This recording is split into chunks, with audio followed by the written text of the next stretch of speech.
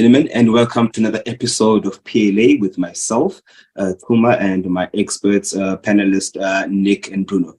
We've got two questions that we'll be dealing with today, and we're going to have a go at the first one with yourself, Nick. And the first one says that I have a tenant. So this is from an estate agent. I have a tenant who moved out at the end of last month. There are a few repairs which the tenant may be liable for. But the tenant insists on doing the repairs themselves. So this includes buying the paint for the walls, etc. However, how do we advise that the tenant, that they cannot do the job themselves or appoint their own contractor in this instance? The landlord will appoint a contractor to complete the work. They've already obtained 3 quotes and have contractors who are able to assist. So Nick, what is the sort of the ground there once the tenant has moved out, or like whose obligation is it, or who may actually do the repairs, who's not allowed to do the repairs, and is there sort of a middle ground there?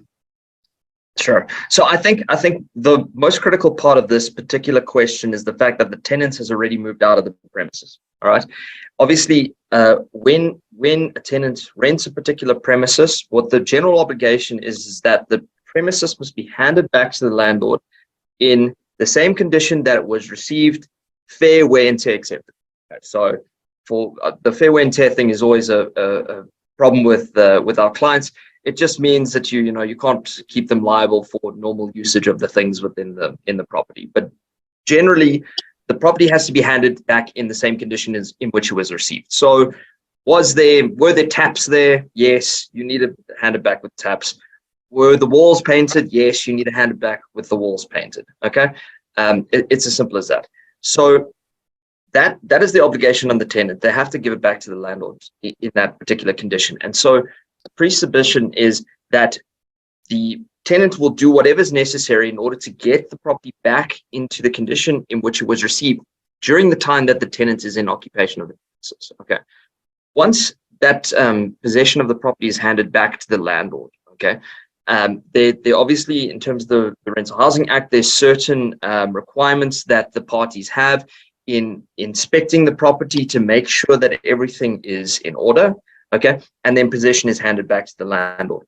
And obviously, in terms of a lease agreement, in terms of the Rental Housing Act, there may have been a deposit which has been given to the landlord, which is intended to cover damages or things that need to be rectified on the premises after possession has been handed back to the landlord, okay? And the landlord is under an obligation or has a right, in fact, to utilize that deposit in order to rectify stuff on the premises that may not be as it was when the property was handed over. Obviously, a landlord cannot decide that they want to use the deposit to improve the premises in any particular way. The intention of the deposit is only to rectify and return the property to a condition in which they handed it over to the tenant in the circumstances. Okay, so the real crux here is the tenant has left the property and possession has been handed over to the landlord. And in my view, that means that the landlord is now in the position to rectify the property.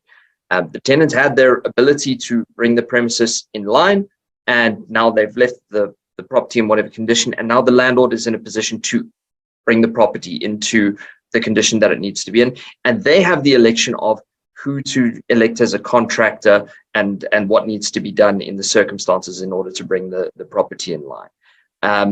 It can't be that the act already says that the landlord obviously must take any steps in order to bring the property in line, and they must refund whatever the balance of the deposit held by him is within a certain period. Okay, and it would make absolutely no sense, just from a practical side, that a tenant can now decide that the landlord must hold off on the use and enjoyment of his premises after the lease agreement has terminated in order for the ex-tenant to now take whatever actions in the premises after the lease agreement is done. So it's fairly straightforward. I really think the critical point is the handing back of possession. Once possession is handed back, and the act sets out certain strict parameters where that's supposed to be done, the lease agreement is now terminated. The tenant has no right anymore to come into the property or to do anything on the particular property. That lease agreement is done. It's the landlord's responsibility now and the landlord's right to take whatever actions they need in order to get the property back into the condition in which it was received, and use the whatever deposit is held by them in order to do so.